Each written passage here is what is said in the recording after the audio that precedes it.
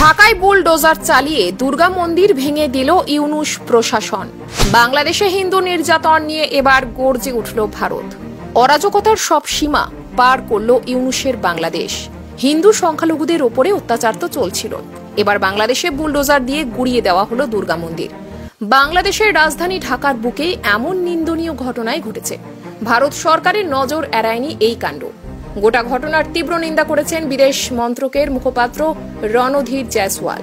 প্রায় 50 বছরের পুরনো ঢাকার এই দুর্গা মন্দির। প্রতি বছর দুর্গা পুজো, কালী পুজো হতো এই মন্দিরে। নিয়মিত পূজার্চনাও চলত। বৃহস্পতিবার ইউনূস সরকার বুলডোজার এনে সেই মন্দির গুঁড়িয়ে দেয়। স্থানীয় হিন্দু বাসিন্দারা মন্দিরের সামনে বসে প্রতিবাদ করলেও তাদের জোর করে সরিয়ে দেয় পুলিশ। নির্বিচারে ভাঙা হয় দুর্গা মন্দির। জানা গিয়েছে, গত মঙ্গলবার রাতে কিছু মৌলবাদীরা দুর্গা মন্দিরে হামলা করে। তারা স্থানীয় প্রশাসনের উপরে মন্দির ভেঙে ফেলার জন্য চাপ তৈরি করেছিল বলে অভিযোগ স্থানীয় বাসিন্দাদের। তারা আশঙ্কা করেছিলেন অন্তর্বর্তী সরকার এমনই কিছু করবে। সেই আশঙ্কাই সত্যি হলো।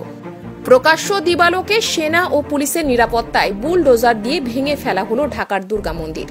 শেখ হাসিনা সরকারের পতন ও মোহাম্মদ ইউনূসের নেতৃত্বে অন্তর্বর্তী সরকার গঠিত হওয়ার পর থেকে বাংলাদেশের নির্যাতনের শিকার হিন্দু ও সংখ্যালঘুরা। কখনো ঘরবাড়ি ভাঙা হয়েছে, কখনো মন্দির। ভারত সরকারের তরফে বারংবার ইউনূস সরকারকে হিন্দুদের নিরাপত্তা নিশ্চিত করতে বলা হয়েছে। প্রধানমন্ত্রী নরেন্দ্র মোদী নিজেও উদ্বেগ প্রকাশ করেছেন। তারপরও বদলালো না ইউনূসের বাংলাদেশ। গতকাল দুর্গা মন্দির ভেঙে ফেলার ঘটনার তীব্র নিন্দা করে বিদেশ মন্ত্রকের মুখপাত্র রণধীর জয়সওয়াল বলেন, চরমপন্থীরা ঢাকার দুর্গা মন্দির ভেঙে ফেলার জন্য দাবি করছিল। বাংলাদেশের অন্তর্বর্তী সরকার নিরাপত্তা প্রদানের বদলে অবৈধ জমি ব্যবহার বলে মন্দির ধ্বংস করার অনুমতি দেয়। এর জেরে মন্দির স্থানান্তরিত করা যায়নি। দেবী মূর্তি ক্ষতিগ্রস্ত হয়েছে।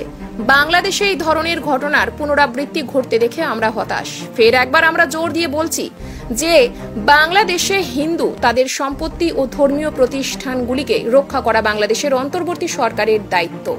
ঢাকার দুর্গা মন্দিরে বুলডোজার চালানোর তীব্র নিন্দা করেছেন এই রাজ্যের বিরোধী দলনেতা শুভেন্দু অধিকারী।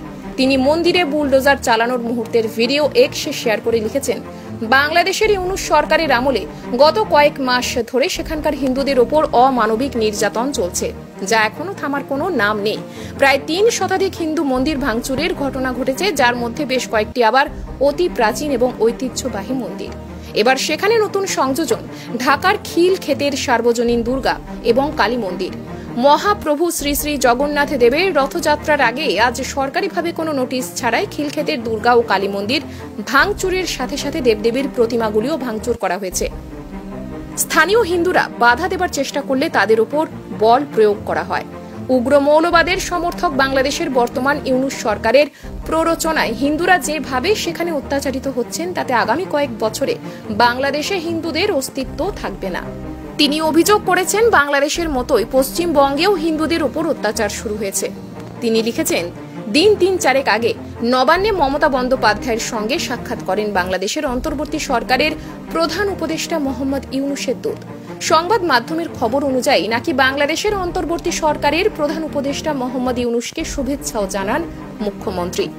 তা এই সৌহার্দ্যপূর্ণ পরিবেশে মমতা বন্দ্যোপাধ্যায় কি বাংলাদেশে হিন্দুদের স্বার্থে একটাও শব্দ খরচ করেছিলেন, নাকি আর কত বাংলাদেশি অনুপ্রবেশকারী পশ্চিমবঙ্গে প্রবেশ করানো যায় সেই বিষয়ে চর্চা হয়েছিল।